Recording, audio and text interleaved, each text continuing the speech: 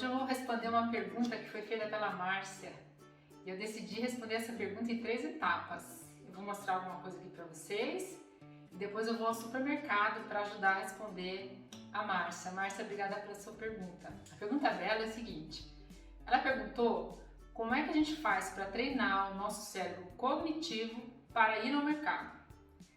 Se você quer entender um pouquinho mais sobre as diferentes áreas do cérebro que estão relacionadas com a nossa alimentação, volta lá no vídeo número 1 e 2 com o título O Cérebro e o Comer. Então, como é que a gente faz? Primeiro, ela está falando do cérebro cognitivo, que é o nosso cérebro consciente. Nós temos que ter consciência do que vamos buscar no mercado para que o nosso cérebro emocional não nos engane. Então, a primeira coisa, obviamente, é fazer uma lista de compra.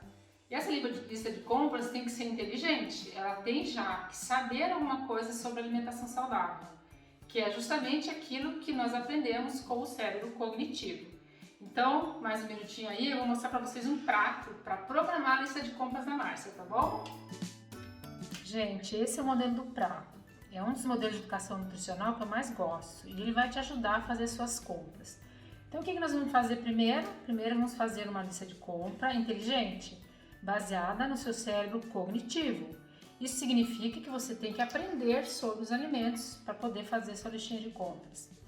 O ideal é que nós tenhamos em mente que nossa alimentação, para ser equilibrada, ela precisa ter uma proporção entre os diversos nutrientes. Então, eu dividi aqui no prato para vocês olharem que a gente tem que metade do prato aproximadamente deve ser preenchido por alimentos ricos em alguns nutrientes que são chamados de nutrientes e também compostos bioativos. São aqui as hortaliças e as frutas. As hortaliças e as frutas, gente, elas são muito leves do ponto de vista de densidade calórica. Isso significa que se você liquidificar esses alimentos, você vai ter algo líquido. Perceber que ele não tem uma consistência firme, porque ele é muito rico em água e tem uma densidade calórica muito baixa.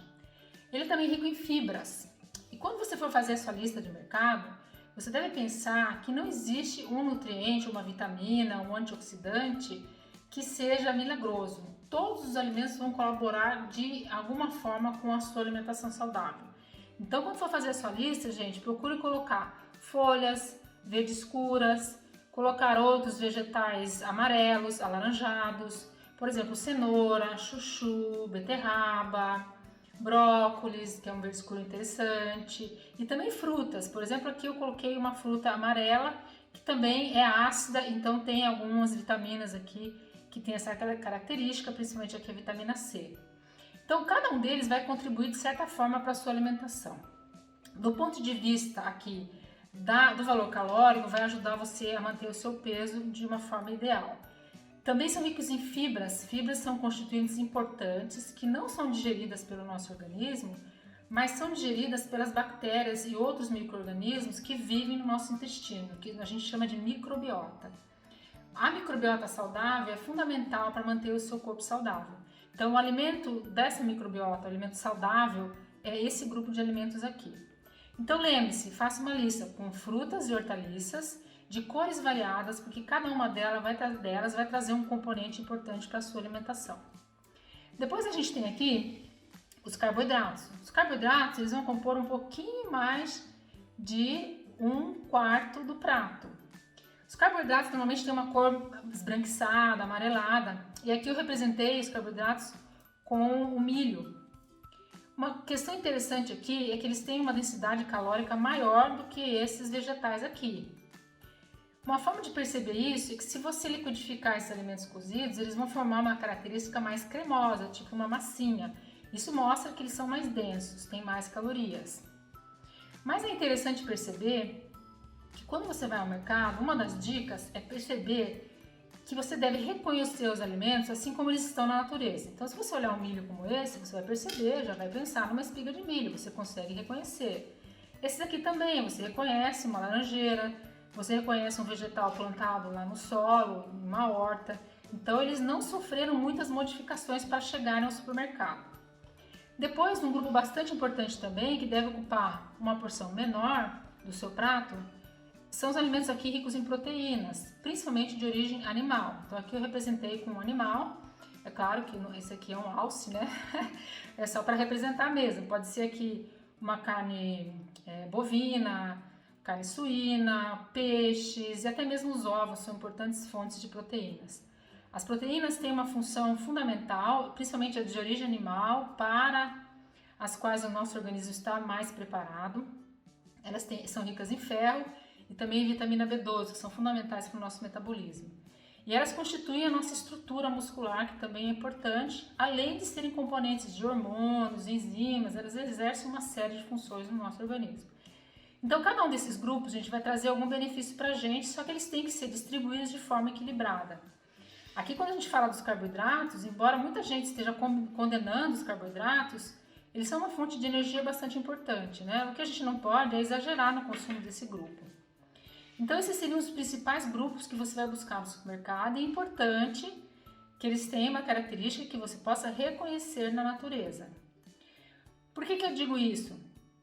Porque esses alimentos no seu conjunto, eles vão nos proteger, principalmente de doenças crônicas que são importantes hoje em dia, de diabetes, hipertensão, doenças cardiovasculares, porque eles trazem um equilíbrio, né, das funções de cada um no nosso organismo. Se eu exagerar, por exemplo, nesse, que é uma fonte nobre de proteína, não vai dar muito certo, porque eles também têm bastante gordura de origem animal, que a gente chama de gordura saturada, e elas não são saudáveis, então eu não posso exagerar nesse grupo. Eu também não posso exagerar nesse grupo, porque eles também promovem ganho de peso. Também estimulam o prazer se consumidos em grande quantidade, então a gente acaba consumindo um valor calórico muito alto. Esse grupo aqui, eu também não posso exagerar e comer só esses grupos, porque vão faltar outros nutrientes. Então, o importante, gente, é variedade, cores e equilíbrio. Quando a gente vai ao mercado, você pode encontrar outras coisas, que são alimentos ultraprocessados. Vou trazer um exemplo aqui para vocês, que é essa mistura aqui para bolo. O problema é que nesses casos, e uma dica que eu dou para vocês, você não consegue identificar na natureza o que está dentro da caixinha. É claro que eles vão identificar, que por exemplo é um bolo de milho, mas você não identifica, né, uma plantação de bolo, você identifica a plantação de milho. Outra coisa importante com relação a esses ultraprocessados que a gente chama, é que normalmente eles são adicionados de açúcar e gordura. E um tipo de açúcar que a gente não encontra também na natureza, que é um extrato da cana-de-açúcar, no caso do Brasil, que é a nossa sacarose, o açúcar de mesa. Um extrato de sementes e de outros vegetais que traz uma concentração alta de gordura. Então, o que acontece quando a gente escolhe esses alimentos aqui? Além de muitas vezes, né, eles terem outros componentes aí para a conservação dos alimentos. Você não encontra esse tipo de alimento fresco e nem nesse tipo de produto, porque eles são difíceis de ser conservados, eles são muito sensíveis. Então, o que acaba acontecendo? Acaba concentrando somente nesse grupo aqui, principalmente nesse grupo aqui. E além disso, adicionando açúcar e gordura. O que acontece daí? Nós perdemos o controle do nosso cérebro homeostático, que eu falei para vocês, se vocês tiverem dúvidas, voltem lá no vídeo O Cérebro e o Comer, eu fiz 2 vídeos em relação a isso. Então o que acontece? Você acaba estimulando o cérebro do prazer, o cérebro emocional, que vai fazer com que você coma uma quantidade exagerada desse alimento pelo prazer que ele traz, porque está adicionado de açúcar e gordura. E aí vai fazer com que você consuma muito mais desse alimento, então você terá dificuldade em perder peso ou manter um peso saudável. E vão faltar outros nutrientes importantes, então você pode ter deficiências de minerais, vitaminas e fibras e de proteínas, por exemplo. Então por isso que é complicado a gente escolher esses alimentos, porque eles têm alguns problemas com relação ao equilíbrio, né, da sua alimentação diária. Então vamos ao mercado e a gente vai começar a observar aquilo que eu posso reconhecer na natureza e aquilo que eu não reconheço na natureza e como eu vou equilibrar a minha lista de compras. Já comecem fazendo, então, vegetais coloridos, fontes de proteína e fontes de carboidratos ou de energia, ok? De uma forma mais simples possível. Quanto mais simples a tua alimentação, mais saudável ela é, ok? Então vamos lá para o supermercado?